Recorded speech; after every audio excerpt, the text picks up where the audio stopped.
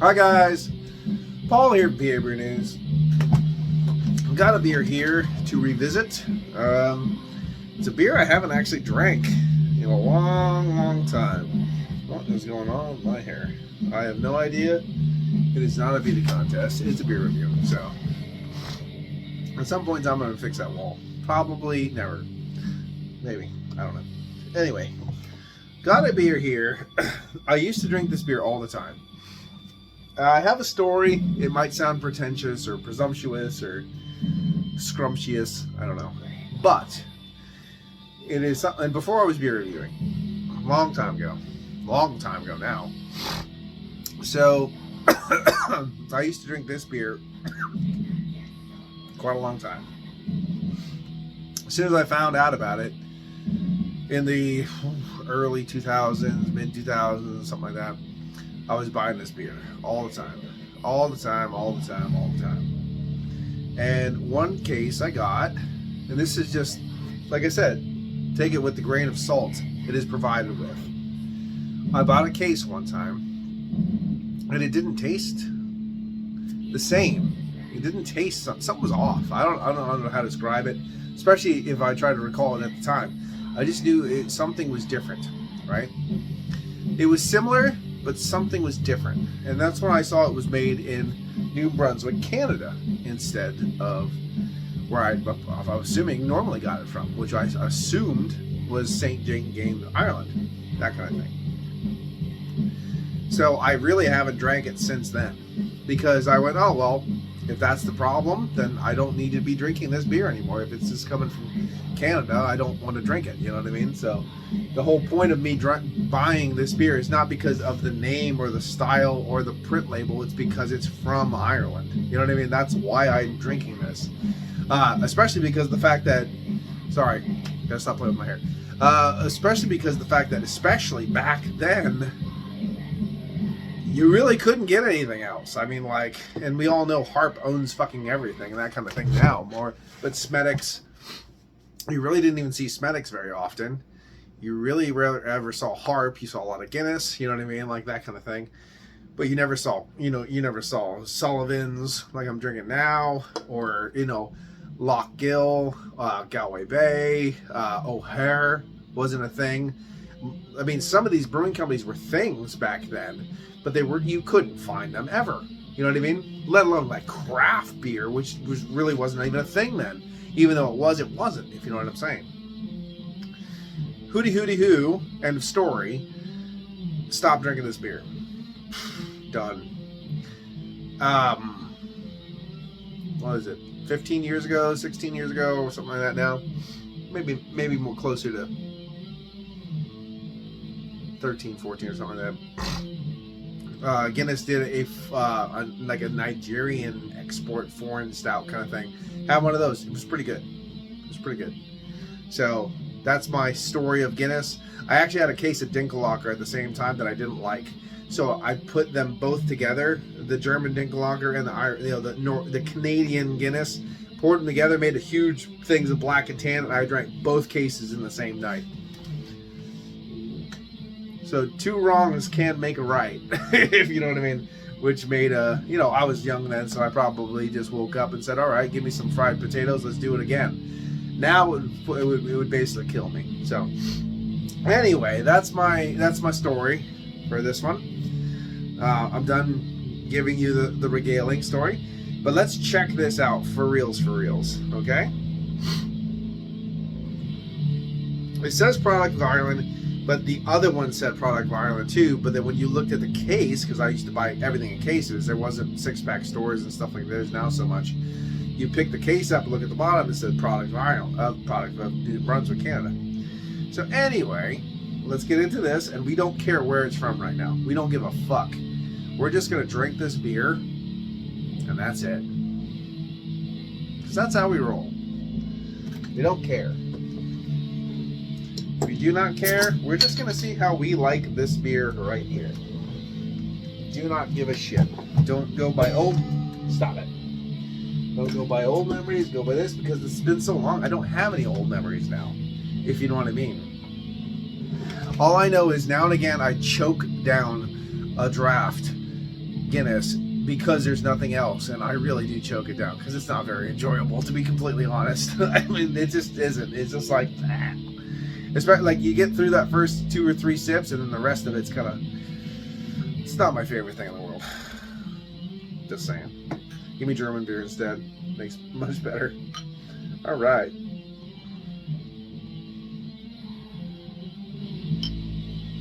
All right. A little aggressive. 7.5 alcohol by the volume.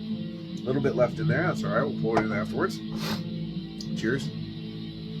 If I look a little flushed, I was cleaning and there was some dust. So, sorry.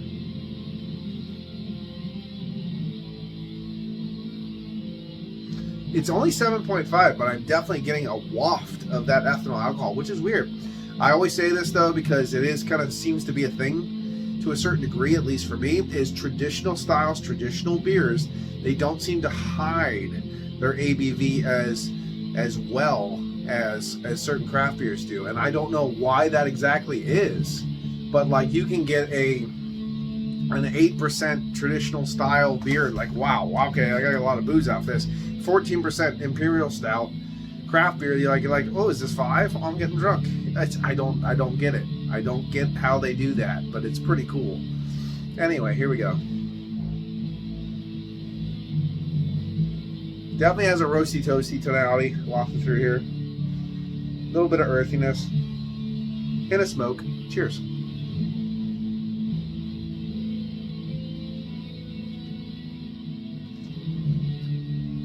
Okay.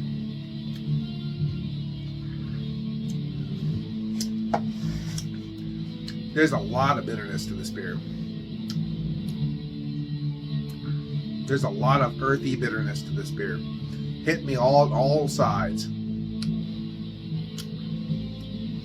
Earthy bitterness and like tannic char. It's hit me very, very firmly.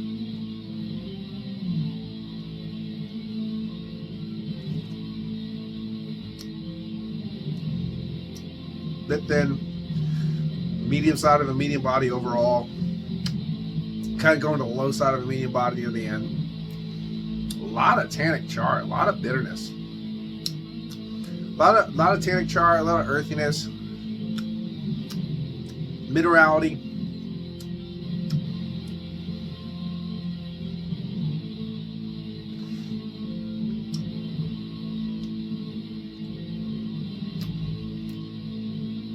There's like a toasted bread quality to it. Maybe a little hint of like dark chocolate, very dark chocolate, but I'm not getting any nice, stout qualities, like nice baker's chocolate kind of wafting through there. Those kind of qualities, I'm not really picking that up at all. Very dry. Still a dry Irish stout, just an imperialized version of a dry Irish stout, as far as I can tell. And it is very dry. It is very earthy. It is very tannically bitter. There is a waft of ABV coming through from that 7.5%, even though it's only 7.5. There is still that wafting through, coming through. Char smoke, toasted bread. Yeah.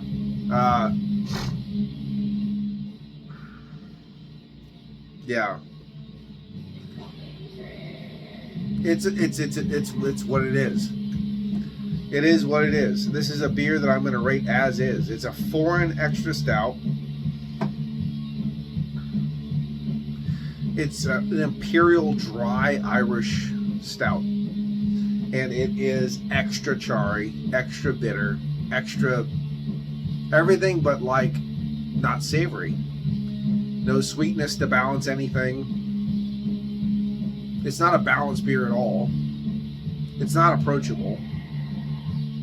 Because I just watched someone yesterday drink one, there's 3 left, and she was like, like she was just not into that at all.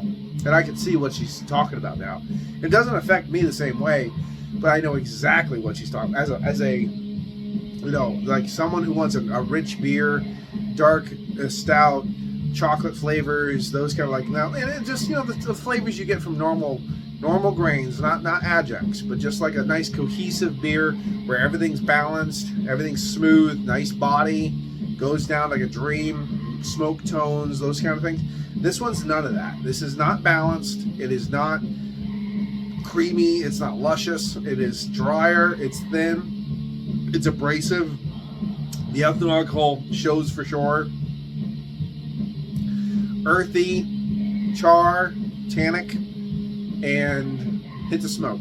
There's a little bit of something I can say. There's like a hint of dark chocolate in there, but that's about it. So there you go. That's where it is. This is the new standard of my memory of what this beer tastes like. All right. I don't need to be getting this again. Let's see what it says. Foreign Extra Stout is brewed with generous hops, and roasted barley for a full flavored taste of dark chocolate. Hey, dried fruits, absolutely not, and caramel, no way. Originally developed for global export from Ireland, the addition of extra hops ensures that the stout would always arrive in perfect condition. And of course, that is the whole point of extra stout, is the transportation. However, it doesn't take 30 months, like 10 weeks to get here now. You know what I mean? Like, it doesn't do that. Like, you don't need to do that anymore. You're doing it for show. Like the IPA thing. It doesn't take 3 months for you to get that IPA from the brewing company to my table, so I don't need that to keep it conditioned. You're doing it because you just can. You know what I mean? Like, the more bitter, the more bitter, the more bitter, the more bitter, the more bitter, the more bitter. Like, that's IPAs. And it's the weirdest thing is IPAs have basically, it's one of those things that grumpy old men say, because I get it now, but like the chasing the hop has ruined the industry, basically. Like, looking at it at hindsight now, like looking back, you go, wow, this was a horrible idea, because now we're fucking souring everything and hopping everything. It's ruined everything. You know what I mean? So, but and those things were very enjoyable things that had a purpose, and an overhopping absolutely had a purpose, and now they don't. But now it is just to do it. Why are you putting 5 pounds of fucking hops in this fucking red ale you're making? Well, you gotta make it hoppy. Why? Nobody else will drink it. Why would people drink it? You need hops. Why? But why? But why? But why? You know what I mean? Like that kind of thing. Yeah. So that's my rant. Not dissing the beer. I'm not saying that. I'm just saying you got the tasting notes. I just exactly told you what I had in my mouth, in my this, in my nose, in my this. Read the description. Told you what it didn't have that I was getting and what it says it does. It's a subpar beer. It is a subpar beer.